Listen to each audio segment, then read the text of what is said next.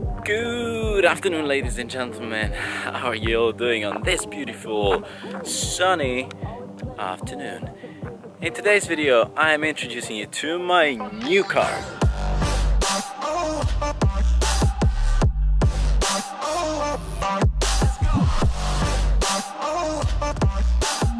Well, technically it's not new anymore at all because I had it for a year now. And I've been waiting so long to introduce this car to my channel. I've done 20,000 miles and I have bought another car. I bought a new car that is yet to be introduced to the channel, and stay tuned for that, of course. So let's just pretend that this is actually a new car, and I'll tell you now why and how it got around to buying this one, and do a little bit of a walk around what it is exactly, some specifications, and just to show you what this car is about. So I could just say that I bought E93 because I'm born in year 93, but in all honesty I have realized that just when I bought the car, so that's not a proper reason. The real reason of me buying this car is actually that when I was little, this small, I'm squatting down by the way just for reference, so when I was this small, 10 to 15 years ago, when E90 range was introduced, I went to all promotions with my dad and I just fell in love with the whole E90 range. So we have E90, which is saloon, E91, which is estate, E92, which is a coupe, and E93, which is a convertible. Now, you might ask me, why Luca did you get convertible when we are in UK? But we are lucky today with this weather, and that's why I'm filming this video. But otherwise, it was absolutely terrible idea to get a convertible in UK because I have literally put the roof down 4 times. Alright, enough of my face finally. Let's do a proper walk around this car. Let me show you what this is about and why it is special, at least to me. So, first of all, you'll realize that it's a hardtop. This is a successor of E46, and if you remember, E46 was actually soft top. But that comes at the cost, obviously, weight cost. And in comparison to coupe, E92 coupe, this car is 160 kilos heavier. Can you imagine? When people usually think about these convertibles and hardtops, they're like, oh, usually, yeah, it's the mechanism, it's everything that has to be moving parts, linkages and everything that adds the weight. But actually what they're forgetting is when the roof goes down, you have to have reinforcement in the actual chassis to keep the strength and the stiffness of the chassis, so you don't get too much body roll, and that obviously comes at a cost, weight cost, and that's an insane. This car actually, believe it or not, weighs 1800 plus kilos, I think 18 to 30, and if you compare it to other cars, it's insanely heavy. But why keep talking about it? Let me show you and open the roof, and so you can see it for yourself. One of the coolest features definitely on this car is that by holding the unlock button, you lower all the windows at first, and that is also very cool. While the roof is up, you can lower all the roofs and you don't have the B pillar here, and it's an amazing experience if you don't necessarily want to put the roof down. But this is the whole mechanism. Look at how many linkages, how many different components you have there, and I mean, this is just beautiful if you ask me. So when I was a kid, I fell in love with beige, weird combination, but beige for the exterior and beige on the interior. But when I was buying a car here in UK, I have seen one that was dark blue from the outside and beige on the inside, and I really wanted that contrast. Here we are. At the end, I have got myself a black exterior, beige interior, and I think this contrast works so well, and I actually fall in love with this combination more than blue and white. Anyway, so let's do a proper walk around. As you can see, we have 19-inch rims, absolutely beautiful. This is a Sport Plus edition, so for those who don't know, actually many people don't know, I have tried googling a few times, and people actually don't know what's the difference between Sport Plus and M Sport. So apparently Sport Plus has few additional features, few additional optional extras, and that's what stands it out from M Sport. To be fair, I don't see anything that is so extraordinary or anything that is missing.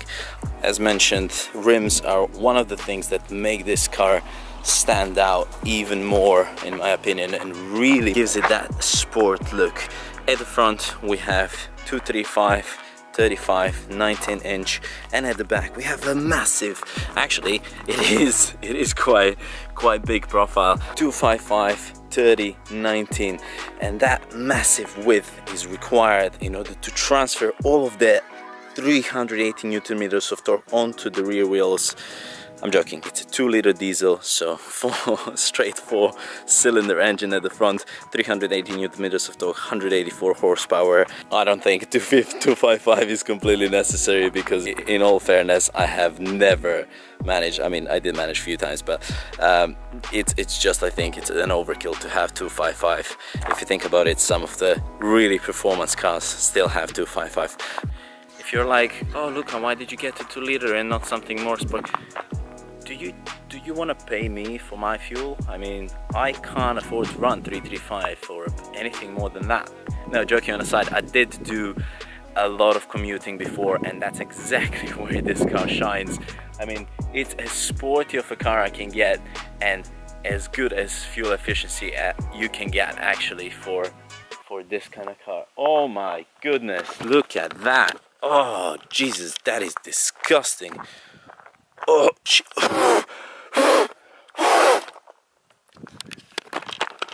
do you see, guys, what I'm doing here for you? That is disgusting.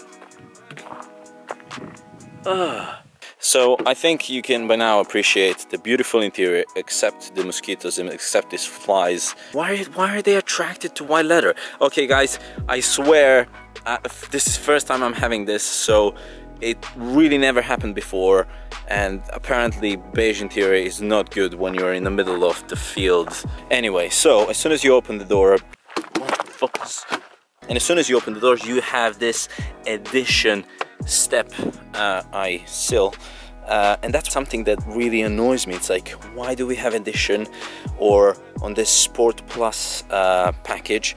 Because on M Sport you have an M badge. M badge is much cooler than Edition. What does Edition mean? So we step into the interior, and you're greeted by my beautiful steering wheel. Really fat steering wheel, and that's something that I really enjoy. And we have the flappy pedals, a must for this car. M steering wheel, of course. You have everything else. I mean, the weirdest cup holder ever. Fine. Another cup holder. This is a normal cup holder, let's say. Then you have the essentials, you know, biscuits. And yeah, overall, beautiful interior. Automatic, I went for automatic because I was commuting a lot, as I said. And these are the controls for the iDrive, which I can put on now. Alright, so I didn't get the iDrive. The iDrive was the big screen, and that obviously wasn't on purpose. I would like to have an iDrive. You can do some multitasking, you can have different sort of things going on, you can make a split screen, but this thing just works fine. It just does the job, and you have obviously all your radio, telephone, navigation, BG, blah, blah, blah, all of that. Obviously, sat-nav, as you would expect, is slightly out of date, but yeah, there we go. It's slightly out of date, it's slightly slower, and all of that, but you know, who uses GPS anymore? Here, as you could have seen, is for the opening of the roof, up and down. Here you have, oops, yep, this is, you know, just to make sure. Yep, a little bit of a workout. Here I'm missing the phone actually, so I did not have that option. Chewing gums, obviously essentials. You have one cigarette lighter there, and you have an USB and aux in, so you can play music. Obviously from that you can play, when you go into media, you can have USB, Bluetooth and aux, as you can see. Ooh, yep, that's me. Yeah, this is standard. Another cigarette lighter, custom made phone holder. Yep, totally not custom made. So this is my driving position, my really like racing driving position, and actually it's not that bad. Someone can actually sit here that is not too tall, and that can work, but obviously with a little bit of compromise. And you can obviously open the seat here, and then on press of this button you're moving it forward, or while the seat is at the back, if someone wants to go in, you just adjust it a little bit, and they have actually plenty of space. And that's something that I was really pleasantly surprised with. Is I went on with my family, and my dad is my height, and my mom, you know, we're not too tall people, but we all fit here comfortably and actually can go for a drive.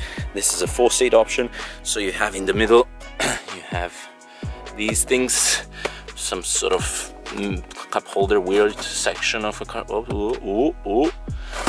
No, that's when I make a mess in the car. Not that kind of mess, guys. Come on, guys.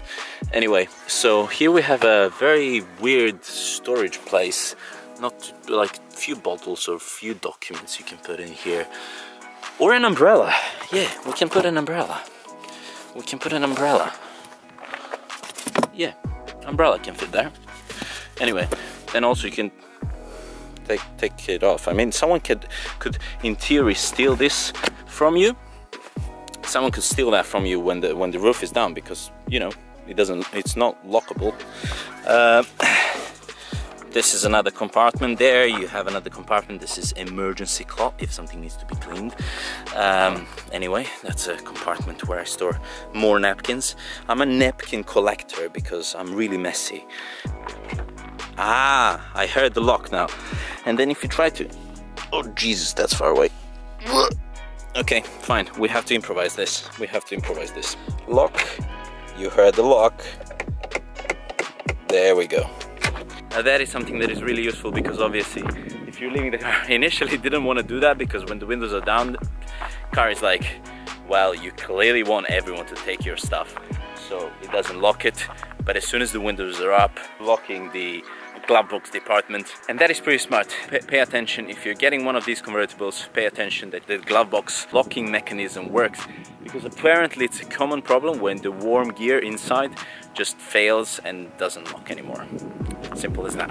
Alright, so we've seen enough on the interior. We have, as you can see, rear parking sensors. Now this one in particular didn't come with front parking sensors for some reason, and that is a bit weird. Yeah, I mean, that's what apparently someone spec'd it to.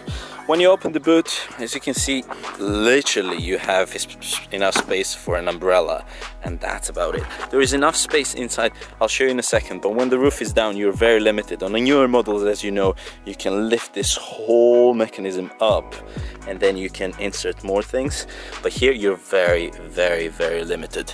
But let me put the roof up so I can show you how much space actually you have in the boot, because it's quite surprising actually. This is one of the things. This is how it warns you that something is happening, or that you didn't fasten your seatbelt. Alright, the roof is up. Now you can clearly see that it's using all of this for the mechanism, for the linkages and stuff to sort of fit there, and then the glass and the roof panels above here.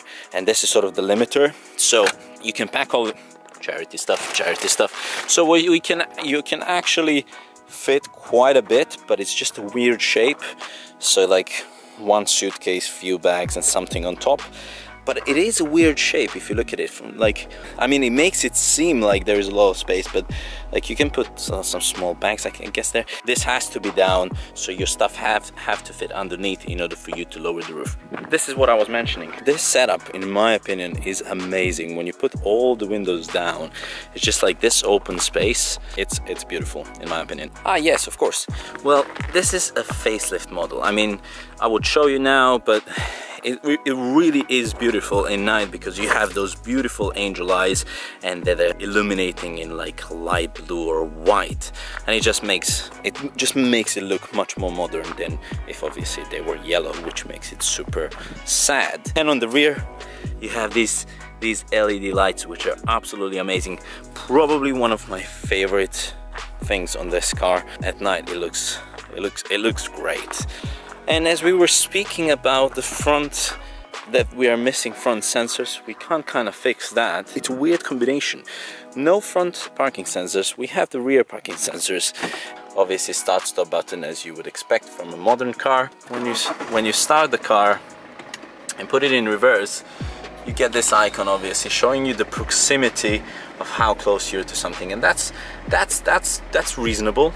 A lot of people, I think, require front parking sensors, and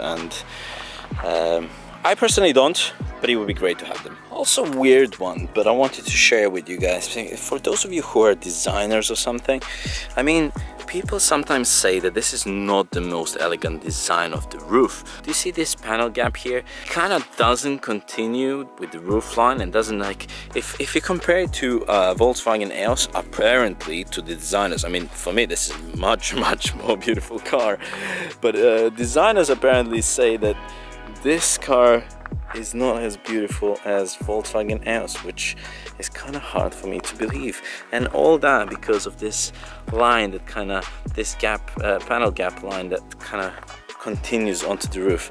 Weird thing, but I thought I would share that with you. Also, something that I have forgot is these seats. They don't seem so sporty, but these bolsters, I tell you, just look at that. That is holding you. I mean, you can also adjust them here. So obviously they're electrical adjusted and you have memory seats and everything. But these two buttons are most important buttons in this car because you can adjust the bolsters, and literally this is keeping you in. Like, you don't go anywhere. The only disadvantage obviously is for the passenger side when people don't know or don't expect such a sporty seat from this kind of car, is that they do scratch bolsters a little bit. But you know, for the sake of you enjoying the drive really a lot, that's really, I think, one of the really good things in this car. As I said, flappy pedals are a must. Previously in my life I have been driving an Audi, and Audi is not that known for making sports cars. I mean, the normal sort of, oh, there we go. No, I love Audi, don't get me wrong. I love Audi to bits because I have been driving one for 10 years. But Audi is not as an aggressive of a car. The normal, the standard car is not as aggressive as BMWs usually. So the throttle response to start with in a normal drive mode is completely different. But even when you put it to SD, anyway, what I'm trying to say is you need flappy pedals because it gives you that control over what the car is doing, and you need to make that sweet spot for maximum torque and maximum acceleration and maximum potential to overtake. You know what I'm talking about. I think we're done here. Actually, in April 2006, the E90 was awarded the World Car of the Year. The car was praised for its balance between performance and practicality, as well as between style and seriousness. The jury also praised the new diesel engines and all-wheel drive variants. In all honesty, I don't see anything serious about this car, but sure, it won the award. That's all I care about. And if we're talking about diesel,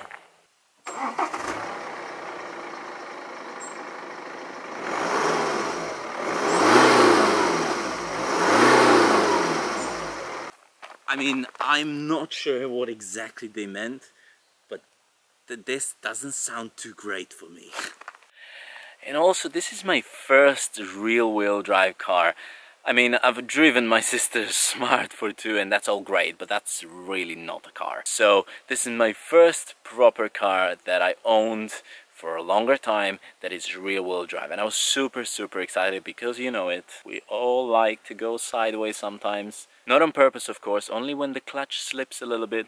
I mean, disregard the fact that mine is automatic, but joking aside, but I was really excited because I really wanted to feel the difference. As I have mentioned, I have previously driven an Audi A6 for a long time. That was a 3-liter diesel quattro 4-wheel drive, meaning that in the corners sometimes I was feeling that the nose was sort of running away and I got a lot of understeer. In this car I don't have that because it's a rear-wheel drive car, and that's what I really also enjoy. I am joking. I mean, I love this car, seriously. I love it to bits. I enjoyed every single second of owning it for past year. Not a single problem, just the regular maintenance. So it's an amazing car. I'll make 2 more videos on this car. One, things I love and things I hate. Of course, you know the drill, So I'll do those 2 videos and then you'll realize why I actually love this car that much and why there's some things that are just weird and that don't make sense. And of course, what will be a review without acceleration test? As you can see, I put the high beam on because we are on a closed road.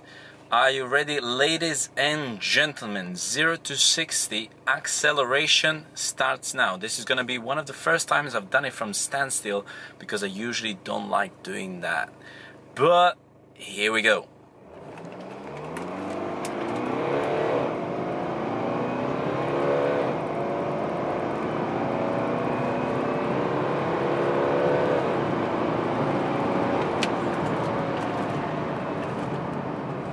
That felt good. That felt good. Alright, let it cool down now. Thank you very much for watching yet again, and I'll see you in the next one. Bye.